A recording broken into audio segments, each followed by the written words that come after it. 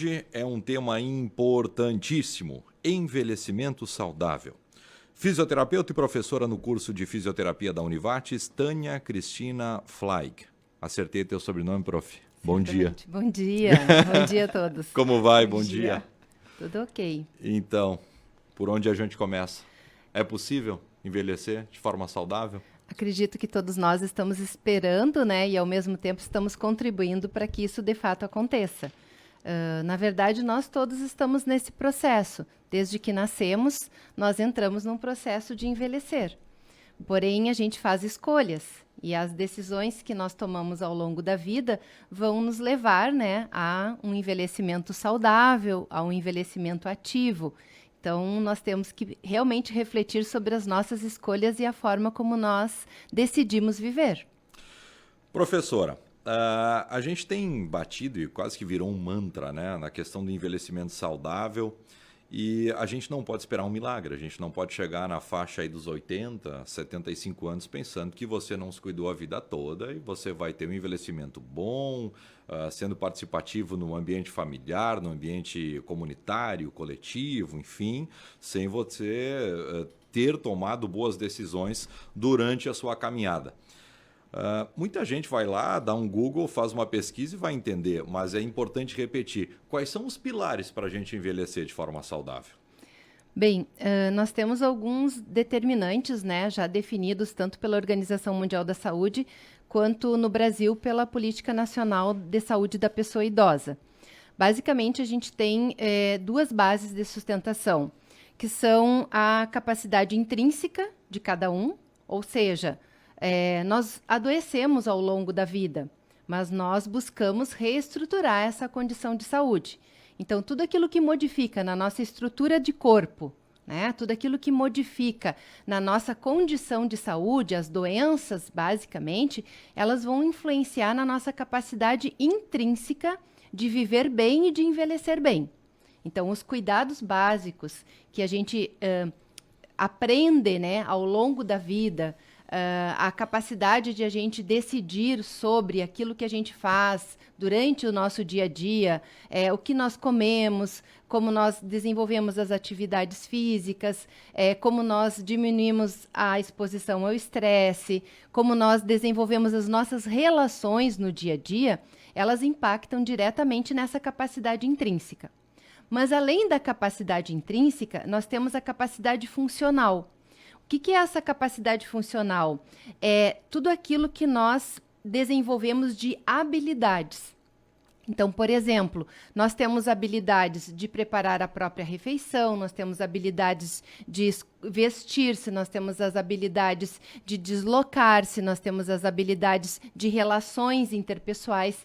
Então, isso é a nossa capacidade funcional, aquilo que nós escolhemos, aquilo que nós elegemos para nós. Essa capacidade intrínseca, juntamente com a capacidade funcional, vai nos dar o que nós tanto chamamos de qualidade de vida. Então, essa qualidade de vida faz parte das nossas escolhas. E claro que, obviamente, que a capacidade intrínseca e a capacidade funcional está intimamente relacionada com os ambientes. E o que são os ambientes? Os ambientes são aqueles espaços onde nós vivemos, a nossa casa, o nosso ambiente de trabalho, o nosso ambiente social, mas também a relação com as pessoas. Então, somar a capacidade intrínseca com a capacidade funcional e os ambientes é que vai dar esse impacto para que a gente possa reconhecer um envelhecimento saudável ou ainda um outro conceito que é o envelhecimento ativo. Ativo significa o quanto eu participo, o quanto eu sou capaz de interagir com os outros, o quanto eu sou capaz de fazer escolhas, o quanto eu sou capaz de viver independente. E hoje, a nossa sociedade aponta para aquele idoso que consegue manter a sua autonomia. Ou seja, continua fazendo escolhas, continua selecionando o meio onde quer viver, as pessoas com as quais quer se relacionar, né? Continua independente para ir e vir. Ou seja, aquele idoso que se mantém dentro dessa condição de autonomia e independência é o idoso que nós vamos reconhecer como o idoso saudável, o idoso ativo. E esse é um conceito bem básico, né? Que se a gente olhar para nós mesmos, em qualquer faixa etária que a gente esteja, a gente vai perceber que quanto mais capaz nós nos sentirmos em relação ao nosso dia a dia, ao nosso cotidiano, mais a gente vai se sentir confortável, a gente vai relacionar aquele conceito de bem-estar, né? Numa condição de saúde estável, numa condição de relacionamentos capazes, né, de promover essa condição de bem-estar e, ao mesmo tempo, aquele indivíduo que vai ter a possibilidade de, nas relações, fazer escolhas e determinar aquilo que quer para si. Então, é essa condição que leva a gente reconhecer o idoso, que é o idoso saudável. E, atenção, gente, não existe modelo. Não existe o modelo do idoso saudável. Não existe o modelo de envelhecimento saudável. Existem diferentes condições que vão tornar a pessoa uma pessoa dentro de um processo de envelhecimento saudável. E hoje, né, em termos de apoio social, nós vamos encontrar, né, diferentes serviços que podem promover, junto às pessoas, essa condição de envelhecimento saudável. Nós temos estruturas de serviços a partir das políticas públicas de saúde, como as políticas de saúde, que em cada território nós temos, né, uma equipe de saúde dando apoio para as comunidades, assim como nós temos políticas sociais, que incluem as pessoas, né, dentro da sociedade, dentro dessa realidade social. E também nós temos aquele núcleo, que é o menor núcleo de apoio, que é o núcleo familiar. E hoje o idoso, se nós olharmos, né, para as nossas comunidades, a gente vai ver que o idoso, ele não está excluso da família. Pelo contrário, ele cada vez pertence mais ao desenvolvimento das famílias, porque ele não só é base, mas de todos os ensinamentos, né, que essa família desenvolve, mas ele também é apoio. Hoje o pai e a mãe vão trabalhar e os filhos, que são os netos, vão para a casa da avó, vão para a casa do avô, né? E cada vez mais eles reforçam essa ideia de que esse idoso é ativo. Porque se ele cuida do neto, se ele está nesse processo de cuidar de alguém, ele é ativo. E se ele precisar de cuidados, ele tem a equipe de saúde, ele tem as equipes de apoio social, ele tem uma sociedade preparada para incluí-lo. Né? Então, nós temos diferentes serviços que denotam para esse idoso a capacidade que ele tem de se manter ativo. Tânia, com base nisso, a gente percebe já uma mudança, então, no perfil do idoso, né? O idoso antigamente e o idoso de agora. Tem estudos que vão indicar como é que serão os idosos do futuro? Tem alguma previsão, assim? Ótima a tua pergunta, porque é exatamente essa relação com a sociedade, né? Os estudos científicos que buscam conhecer essa sociedade, né? Conhecer o comportamento desse idoso em sociedade é que dá base para as nossas políticas públicas. Então, as nossas políticas públicas, no caso no Brasil, a Política Nacional de Saúde da Pessoa Idosa, ela está sustentada exatamente na maneira como essa pessoa que envelhece se comporta. Então, como é que nós sabemos que nós precisamos dar um suporte de saúde? Qual o suporte de saúde? A partir dos estudos científicos, né? Dos levantamentos epidemiológicos, que é o comportamento que essas pessoas adotam na sociedade. Então, hoje o idoso, né, que ele busca manter-se ativo, é aquele idoso que cuida da alimentação, que faz uma atividade física, é aquele idoso que está atento ao uso de medicações, é aquele idoso que se preocupa consigo e com os seus, né? Então, é aquele idoso que se mantém apto, não só para cuidar de si, mas também para cuidar do outro que vive com ele. A maioria dos nossos idosos hoje, salvo, né? Obviamente, a gente sabe que tem exceções, mas a maioria dos nossos idosos busca manter-se biopsicossocial ativo. O que significa isso? Biologicamente íntegro, condição de saúde. Social, um ser de relações participativo, né? E aquele ser que cuida não só do físico, mas também cuida do seu psicológico. Hoje a gente vai falar muito da saúde mental, em função do adoecimento mental das pessoas, né? Então, aquele idoso que se mantém participativo em sociedade é aquele idoso que cuida da sua saúde mental. Aquele idoso que vai à praça encontrar os amigos, aquele idoso que vai ao bailinho para poder participar de uma atividade social, aquele idoso que vai à esquina encontrar a amiga para uma caminhada. Então, esse idoso que interage é aquele idoso que está alerto para a sua condição de envelhecimento saudável. O que a gente mais preocupa é com aquele idoso que se isola, né? Aquela pessoa que se isola, e a gente viveu muito isso agora no período da pandemia, e nós ainda vamos viver décadas, né, entendendo esse processo que foi a pandemia. Esse processo de isolamento, ele adoece. Esse processo de isolamento, ele não é do ser humano. Esse processo de isolamento, ele traz consequências que a gente ainda está interpretando para entender a dimensão das consequências do isolamento social, né? O idoso é um ser humano de relações e ele precisa manter-se nas relações. E o envelhecimento ativo, o envelhecimento saudável é isso, né? Manter-se em relações, mantendo na interação, a interação consigo, a interação com os outros, esse dinamismo, né? Então, as nossas políticas todas apontam para isso.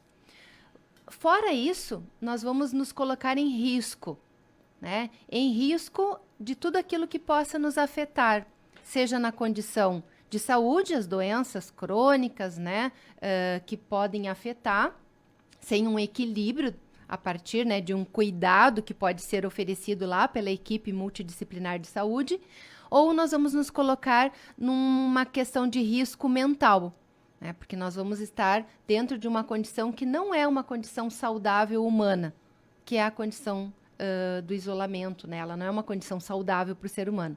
Então, nós vamos fazendo escolhas e conforme as nossas escolhas, nós vamos nos colocando aí nessa condição de envelhecimento saudável. Eu noto, Tânia, que na tua fala, o declínio físico, né, o declínio do corpo, infelizmente, quando a idade chega, tu não tem o que fazer. É inevitável. Tu pode praticar exercício, tu pode te preocupar com a tua alimentação, mas o declínio do corpo ele vai chegar para todo mundo.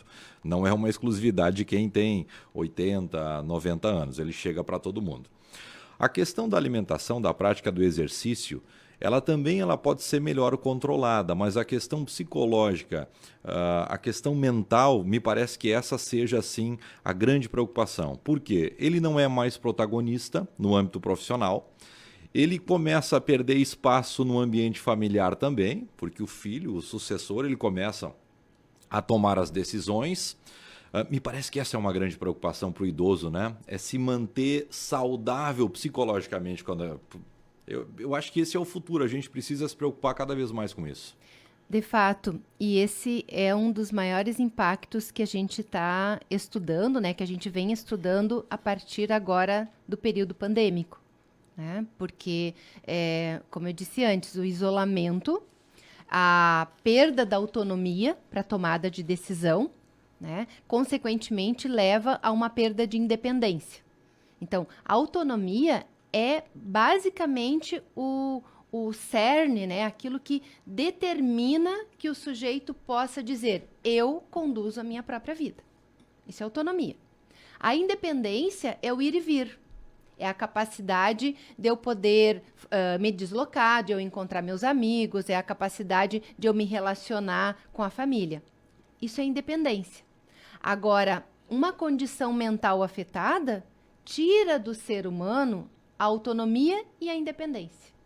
E os estudos mostram que a perda, né, da capacidade mental, ou seja, a saúde mental afetada, leva ao declínio funcional que vai inevitavelmente levar, né, a condição de extermínio, né, morte, capacidade, né, do sujeito não conseguir mais interagir consigo próprio, com a família, no meio social. Então, nunca se viu, né, eu acho que a humanidade está apreciando, né, essa questão da condição mental como um alerta mundial para que a gente possa criar mecanismos para reverter esse processo de adoecimento mental. Existem, sim, algumas diretrizes já nessa direção, né? Como eu disse, as equipes de saúde, elas não são equipes uniprofissional, elas são multiprofissionais, exatamente para poder olhar o ser humano na sua totalidade. Então, quando a gente diz que esse sujeito busca a equipe de saúde porque ele tem uma doença crônica, ele não tem só aquela doença física, mas ele tem também outros aspectos da sua saúde que precisam ser avaliados e que muitas vezes está lá na saúde mental, porque a saúde mental reflete no físico. Então, aquele sujeito que não tem uma condição mental saudável, ele não vai ter uma condição física saudável. Ele gera bloqueios, né? Ele vai criar uma série de bloqueios. Exato. Nós acompanhamos muito agora o período pós-pandemia, e eu falo disso porque nós desenvolvemos ali na Univates, no curso de fisioterapia, um ambulatório de reabilitação pós-Covid. E diante do desenvolvimento, né, da assistência a essas pessoas, um dos impactos fundamental foi sobre a saúde mental.